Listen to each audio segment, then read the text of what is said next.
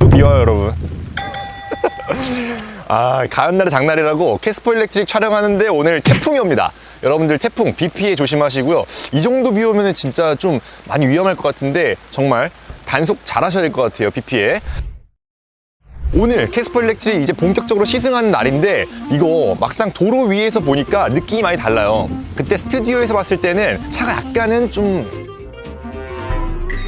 스튜디오에서 차가 조명빨을 잘 안 받았나 봐요. 근데 이렇게 색깔로 있는 캐스퍼 일렉트릭들을 보니까 느낌이 기존의 캐스퍼랑도 많이 달라요. 한번 봐봐요. 일단 색깔 먼저 보여드릴게요. 제가 타고 온 차는 하얀색인데 그냥 일반적인 캐스퍼 같죠? 이것까지는 그냥 아주 일반적인 그런 느낌인데 이 옆으로 오면은 이번에 캐스퍼 일렉트릭에서 뭐라 그럴까? 약간 케이크 같은데 이게 약간 시그니처 컬러 같아요. 되게 예쁜데 이 캐스퍼가 가지고 있는 귀여움을 가장 잘 드러내고 있는 느낌이거든요? 이거 약간 케이크 같은데 숟가락으로 이렇게 푹 풀면은 푹 퍼질 것 같은 그런 크리미한 색깔입니다. 상당히 예뻐요. 그래서 이 색깔 이름이 뭐냐면은 버터크림 옐로우 펄이고, 지금 저기 지나가네. 귀한 색깔이야. 저런 무광 색깔들. 이 색깔은 약간 카키 색깔인데 무광 색깔이에요. 무광 색깔이 몇 개냐? 2개, 3개 있는데 카키 매트래요.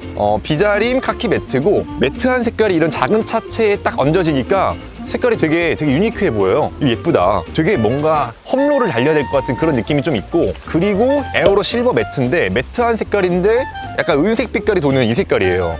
이게 상당히 예뻐요. 아까 멀리서도 보니까 이 캐스퍼 일렉트릭 중에 가장 존재감을 딱 발휘해주고, 이 앞에 이런 검은색 몰딩들, 이런 마감 소재들이랑 잘 어울리는 게 이 은색깔 같아요. 멀리서 봤을 때는 광이 도는 것 같았는데 막상 보니까 매트한 색깔이고, 멀리서 봤을 때 매트한 색깔이니까 이런 유광 블랙 패널들이랑 더 잘 어울린다는 느낌이 든단 말이에요. 이게 되게 고급스러워. 캐스퍼가 한 단계 좀 더 고급스러워 보이려면은 이 실버 매트 색깔을 골라야 될 것 같아요. 정식 명칭은 에어로 실버 매트. 그리고 검은색도 되게 좀 유니크했는데 없나? 일단 옆에 있는 거 더스크 블루 매트. 매트한 색깔이 이번에 3개나 돼 있네. EV3도 저번에 2개밖에 없지 않았나? 이번에 매트한 색깔이 캐스퍼 일렉트릭에는 3가지나 들어가 있고, 이게 마지막 3번째 더스크 블루 매트 색깔. 예쁩니다. 이게 또 잘 어울린다고 생각하는 게 이 아래쪽에 은색 이렇게 광이 도는 크롬 장식을 덧대 놓으면서 좀 반전 매력을 아래쪽에서 빡 주니까 또 이것도 예뻐요. 막상 실물로 보니까 이렇게 도로 위에서도 예뻐 보이는 이유가 매트한 색깔들, 그리고 비비드한 색깔들, 크리미한 색깔들이 여러 가지 어우러지면서 전반적으로 차가 되게 다채로워 보인달까? 같아 보이는 캐스퍼가 없습니다. 자, 이제 도로 위에서 실물로 봤던 캐스퍼 일렉트릭이 어떤 느낌인지, 색상이 어떤 종류가 있는지는 얼핏 좀 소개를 해드린 것 같아요. 이제 본격적으로 시승을 해보러 가겠습니다. 상당히 궁금해요. 이전에 테크토크에서 이 차에 대한 질문들을 굉장히 많이 했잖아요. 세팅들이 상당히 많이 변했어요. 그런 부분들 집중해가지고 오늘 한번 살펴보도록 하겠습니다. 시승하러 가시죠. 자, 다행히 시승을 시작하니까 비가 좀 잦아들었습니다. 태풍이 이제 좀 지나가나 봐요. 근데 바닥에 물이 엄청 고였네. 와, 이거 침수 피해 엄청 나겠는데? 모쪼록 이번 태풍으로 피해 입으시는 분들 정말 없길 바라겠습니다. 자, 일단 태풍을 뚫고 본격적으로 캐스퍼 일렉트릭 시승을 시작했습니다. 자, 시승을 앞두고 이 배터리셀, 그러니까 현대에서 배터리셀을 오랫동안 연구하고 개발했던 담당자분한테 얘기를 방금 듣고 왔는데, 그분한테 얘기를 듣기로 현대차가 이 전기차, 리튬이온 배터리를 넣는 전기차에 대비한 게 생각보다 꽤 오래된 일이래요. 그래서 지난 2009년 그때부터 본격적인 개발을 시작했고, 그래서 그 당시에 전 세계 최초로 리튬이온 배터리를 차에다가 넣기 시작했다는 거예요. 그 차가 바로 아반떼 하이브리드였고요. 그때 그 차 처음 나올 때는 말이 되게 많았잖아요. 왜냐하면 뭐 토요타 같은 경우에는 이미 가솔린 하이브리드로 본격적인 하이브리드 시장을 개척을 했던 상황이고, 다른 나라들도 이제 본격적으로 막 하이브리드 개발에 박차를 가하던 시기였는데, 현대차는 갑자기 얼토당토않게 LPG에다가 하이브리드를 개발해버렸다 그러니까 이게 좀 이상했던 거지 일반적이진 않잖아요. 근데 아무튼 그 차가 되게 이제 와서 돌아봤을 때 의미가 있었던 거는, 토요타 하이브리드 차들 같은 경우에는 니켈 배터리를 넣고 있었지만 지금도 마찬가지죠. 현대기아차는 그때 당시부터 리튬 배터리를 넣기 시작했다는 겁니다. 근데 그 개발 배경을 좀 여쭤보니까 그 당시에도 리튬이온 배터리를 자동차에 넣는 게 내부적으로도 반대가 심했대요. 왜냐하면 위험하니까. 그래서 이 위험한 리튬이온 배터리를 자동차에다가 어떻게 적용하면 될까, 이거에 대한 고민을 그때부터 시작하셨다고 합니다. 그래서 이 요즘에 전기차에 대한 이 상황들이 굉장히 엄중한 가운데 현대기아차의 배터리 노하우가 생각보다 많이 올라왔다는 거를 사람들한테 오히려 많이 각인시키고 있죠. 배터리 뜯어본 사진들을 보면 알겠지만 오히려 독일 차들이 가지고 있는 배터리 패키징 기술들보다 현대차가 가지고 있는 배터리 셀 패키징 기술이 훨씬 더 뛰어났던 거예요. 그러니까 뭐 다른 전기차를 만드는 회사들이 모터 출력이 어떻고 차의 뭐 정지 가속 성능이 어떻고 이런 걸 개발할 시기에 현대차는 의외로 굉장히 내실을 다지고 있었다고 볼 수 있는 거예요. 그때 당시에 들어갔던 리튬이온 배터리를 만들기 위해서 이 배터리 셀 개발 업체하고도 긴밀하게 의견을 많이 조율하고 개발했다고 하는데, 그때 당시에 배터리 업체가 LG 에너지 솔루션이라고 합니다. 그렇게 오랫동안 지속해왔던 긴밀한 협력 관계가 이제 인도네시아에다가 조인트 벤처로 만든 그 배터리 공장으로 결실을 맺은 거겠죠. 그래서 그렇게 만들어진 배터리가 지금 이 캐스퍼 일렉트릭에도 들어가 있습니다. 캐스퍼 일렉트릭 내연기관 버전보다 18cm나 길어졌어요. 그 이유가 배터리를 한 번 충전해서 300km를 넘기 위해서 그렇게 만든 거예요. 그래서 여기 들어가 있는 배터리 용량은 49kWh가 되고요. 환경부에서 인증받은 주행가능 거리는 315km로 인증을 받았습니다. 이거 놀랍지 않아요? 그러니까 이 차에 들어가 있는 배터리, NCM 배터리가 들어가 있고 주행가능 거리 300km 넘고 이런 것들을 배경으로 봤을 때 기아 레이 EV, 그 차량은 결을 완전히 달리한다고 볼 수 있는 거예요. 약간 지금 와서 보니까 레이 EV 너무 갑자기 낸 느낌이 있어버리는 거야. 캐스퍼는 이렇게까지 공들여가지고 만들었는데, 아무튼 캐스퍼 일렉트릭이 가지고 있는 상품성이 그만큼 더 뛰어나다는 겁니다. 그리고 그렇게 생각할 수밖에 없는 이유를 하나 더 말씀드리면은 여기에 들어가 있는 모터의 출력도 그래요. 최고 출력이 무려 113마력이나 됩니다.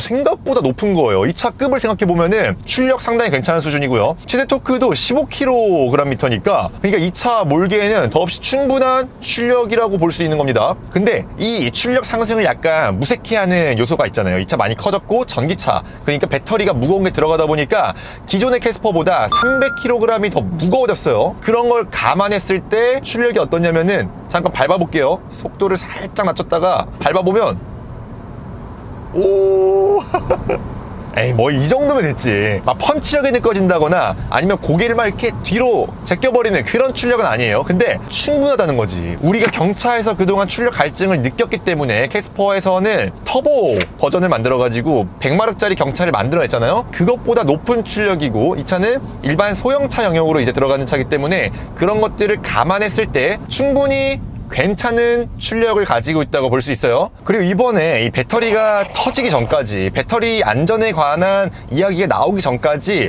전기차의 가장 큰 화두가 뭐였냐면은 이 모터 기술력에 대한 이야기들이 많았단 말이에요. 물론 이 모터 기술력 중요하긴 한데, 그때마다 이제 현대기아가 가지고 있는 모터 기술력이 뭐 경쟁차들에 비해서 떨어지는 거 아니냐, 그런 말들을 많이 했었는데, 현대기아차는 대중차를 만들어야 되기 때문에 모터를 마냥 무턱대고 비싼 걸 만들 수는 없잖아요. 지금 이 파워트레인의 질감 같은 것들을 설명드릴 때 전기차를 타면서 항상 말씀드리지만, 그동안에 내연기관에서의 질감 같은 것들은 파워트레인, 동력계가 얼마나 부드럽게 출력을 전달하냐, 얼마나 매끄럽게 도로 위를 미끄러져 나가냐, 이런 것들이 중요했는데, 사실 전기차로 와서는 이런 게 의미가 없어졌어요. 그냥 매 순간 매끄럽고 매 순간 조용하고 매 순간 부드럽습니다. 근데 그럼에도 불구하고 전기차에서 항상 또 문제가 되는 것들이 뭐냐면은 이 소음 문제예요. 내연기관에서 가장 큰 소음을 차지하던 엔진 소리가 빠지다 보니까 이게 다른 소리들이 거슬리기 시작하는 거예요. 왜냐하면 내연기관에서는 엔진이 큰 소음 영역으로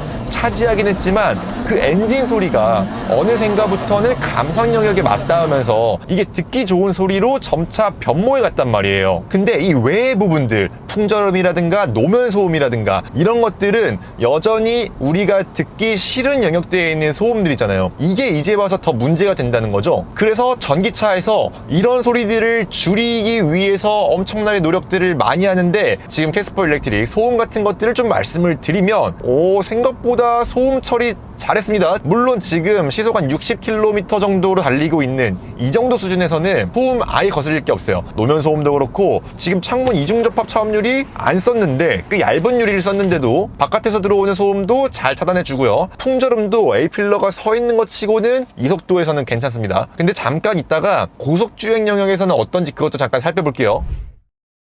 자, 이제 본격적으로 고속 영역에 접어들기 시작했습니다. 사실 캐스퍼 일렉트릭이 주력으로 삼는 무대는 도심 속이에요. 그래서 60km 언저리에서 달리는 게 이 차의 주력 속도인데, 속도를 조금 더 높였을 때는 어떤지 한번 봅시다. 일단 출력 자체는 60km를 넘어서도 힘있게 밀어주는 그런 능력을 보여주고 있고요. 고속 영역으로 어느 정도 접어들었을 때 90km 이 언저리에 접어들었을 때도 노면 소음 괜찮다니까.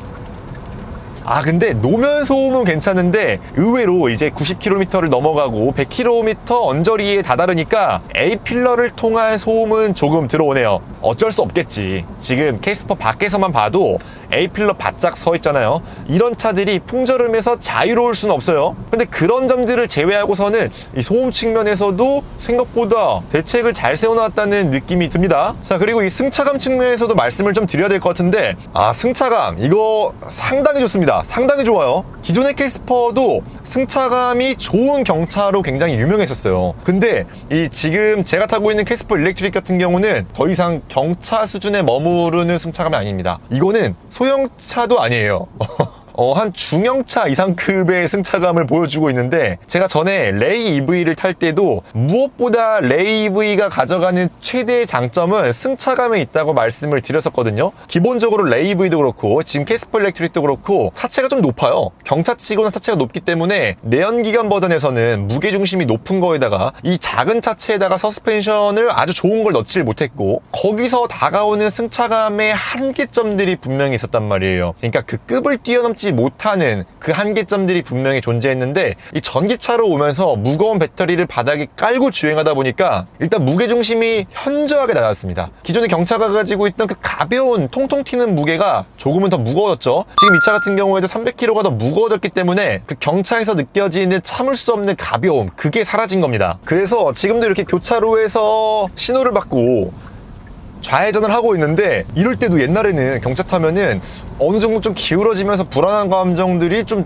들었단 말이에요. 지금 캐스퍼 일렉트릭 같은 경우에는 그런 것들이 많이 줄어들었다는 거죠. 정말 많이 줄어들었어요. 이 경차급에서야말로 전기차로 바꿨을 때 얻는 이점들이 많다고 생각하는 게 바로 이런 지점들인데, 그동안은 되게 힘들었던 게 이 경차라서 작은 차체 때문에 전기차에서 가장 중요한 주행 가는 거리를 확보하기가 힘들었잖아요. 근데 지금 제가 타고 있는 캐스퍼 일렉트릭 같은 경우에는 그런 한계점들도 300km 이상의 주행 가는 거리를 확보하면서 아주 제대로 극복을 해놨고, 경차가 가지고 있는 단점들을 전기차의 장점으로 상쇄시키면서 이거 생각보다 괜찮은 차가 탄생한 것 같다는 느낌이 든다니까요. 그리고 이 차가 휠베이스가 18cm가 길어지면서 고속주행의 안정성도 상당히 좋았습니다. 이게 진짜 의외예요. 지금도 고속도로에 올라왔으니까 조금 속도를 높여가지고 달려보자면은 그동안은 제가 타던 경차의 느낌이 아니라니까요. 다시 한번 말씀드리지만 어차피 캐스퍼는 이제 경차 혜택을 못 받는 소형차가 된 영역에서 다른 소형차들이랑 비교를 하더라도 이거는 고속주행 능력도 상당히 많이 잘 확보를 해놓은 느낌입니다. 그리고 무엇보다 지금 신기한 건 뭐냐면은 이 차 여러분 토샵님 들어갔어요? 이전번에 연구원들이랑 얘기를 할 때 서스펜션의 감각들을 좋게 끌어올리기 위해서 상당히 많은 부분, 아주 작은 부분들까지 노력을 기울였잖아요. 그런 것들이 지금 실제로 시승을 하면서 많이 느껴집니다. 이 서스펜션의 기본적인 하체 감각은 아주 부드러운 감각을 보여주고 있는데, 이거는 이 캐스퍼가 고속 영역보다는 아무래도 시내 구간에서 많은 주행을 할 거를 염두에 뒀기 때문인 세팅인 것 같고, 그런 영역에서 일상적으로 아주 편안한 주행을 할 수 있을 거라고 생각이 들어요. 그리고 그런 자잘자잘한 부품들까지 개선을 시키면서 진짜 많이 좋아진 거는 앞에 노면들 지금 막 크랙 생기고 되게 좋지 않은 그런 노면 상태를 보여주고 있거든요. 이런 노면을 달릴 때도 지금 승차감, 잔진동 같은 것들이 굉장히 많이 상쇄됩니다. 이 정도면 그냥 아예 들이치지 않는 정도라고 해도 괜찮을 것 같아요. 그리고 작은 요철들을 만났을 때도 그걸 처리해내는 능력들이 상당히 괜찮아요. 자, 그리고 마지막으로 이 캐스퍼 일렉트릭의 가격을 좀 설명을 드리면서 정리를 하자면, 이 차에 처음 공개했던 가격 한 3천만 원대 초반 정도로 공개를 했었는데, 친환경차 세제 혜택을 받기 전 가격이었잖아요. 모두가 받을 수 있는 기본적인 친환경차 혜택 가격은 딱 설계했잖아. 모두가 예상했듯이 2,990만 원을 딱 기록했습니다. 그래서 캐스퍼의 시작 가격은 3천만 원에서 10만 원 빠진 가격을 딱 기록했고요. 여기 이제 옵션들이 다 들어가 있는데, 이 시승차 같은 경우에는 모든 옵션이 다 들어간 경우이기 때문에 그렇게 모든 옵션을 다 넣었을 때는 이 차의 가격이 3,500만 원이 조금 안 되는 가격표를 붙이게 돼요. 그리고 진짜 마지막으로, 그때 제가 연구원분들한테 Q&A 때 미처 물어보지 못했던 점들이 있었어요. 지금 캐스퍼 일렉트릭에는 V2L 기능이 있어요. 이 실내에도 220V 단자가 있는데 그게 이 1열 아래에 있거든요. 이게 위치가 이해가 안 갔단 말이에요. 그래서 그 촬영이 끝난 다음에 개인적으로 다시 물어봤어요. 그랬더니 아주 명쾌한 해답을 들었지. 캐스퍼가 처음 나왔을 때도 차박을 염두에 두고 이 1열 시트가 다 접히는 세팅으로 나왔는데, 현대기아 차들의 다른 전기차들을 탈 때는 2열 시트 아래쪽에 220V 단자가 있었잖아요. 캐스퍼를 그렇게 만들어버리면은 차박을 할 때 이 위에다가 매트를 깔아 놓으면은 220V를 쓸 수가 없다는 거예요. 그래서 1열 밑에 달았다. 굉장히 납득되지 않습니까? 이런 부분들도 아주 세심하게 설계를 했다는 생각이 들어요. 자, 그래서 오늘 이렇게 캐스퍼 일렉트릭 실제로 시승을 하면서 알 수 있는 것들을 좀 경험을 해봤는데요. 여러분들은 오늘 영상 어떻게 보셨나요? 개인적으로는 생각보다 더 괜찮은 전기차가 나온 것 같다는 생각을 하게 만드네요. 자, 여러분들 혹시 캐스퍼 일렉트릭에 대해서 더 궁금한 게 있으시다면은 댓글로 많이 좀 남겨주시고요. 저희는 또 다음 영상으로 찾아뵙겠습니다. 오늘 시청해주셔서 감사합니다.